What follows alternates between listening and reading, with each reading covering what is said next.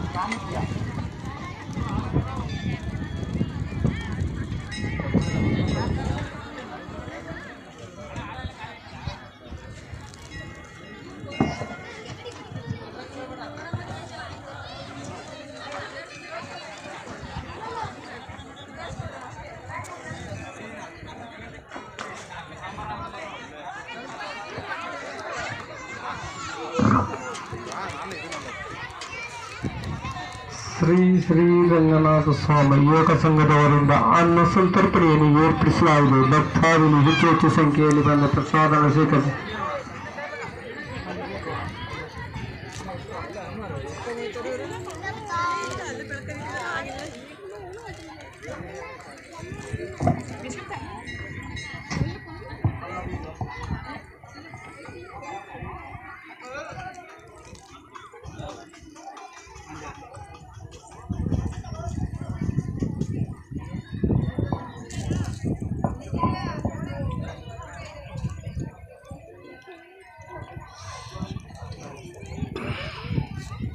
ನವೀನ್ ಲೋಕೇಶ್ ಅವರು 100 ಕೊಟ್ಟಿರ್ತಾರೆ. ಅವರ ಕುಟುಂಬ ಐಶ್ವರ್ಯ ಶ್ರೀ ಸಂಪತ್ತನ್ನು ಕೊಟ್ಟು ಕಾಪಾಡಿ ಭಗವಂತನನ್ನು ಬೇಡಿಕೊಳ್ಳುತ್ತೇನೆ.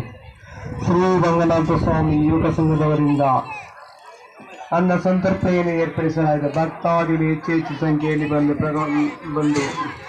ಪ್ರಸಾದವನ್ನು ಸ್ವೀಕರಿಸಬೇಕಾಗಿ ವಿನಂತಿ. ಶ್ರೀ ಶ್ರೀ ರಂಗನಾಥ ಸ್ವಾಮಿ ಯುವಕ ಸಂಘದವರಿಂದ ಅನ್ನ ಸಂತರ್ಪಣೆಯನ್ನು ಏರ್ಪಡಿಸಲಾಗಿದೆ. ಹೆಚ್ಚು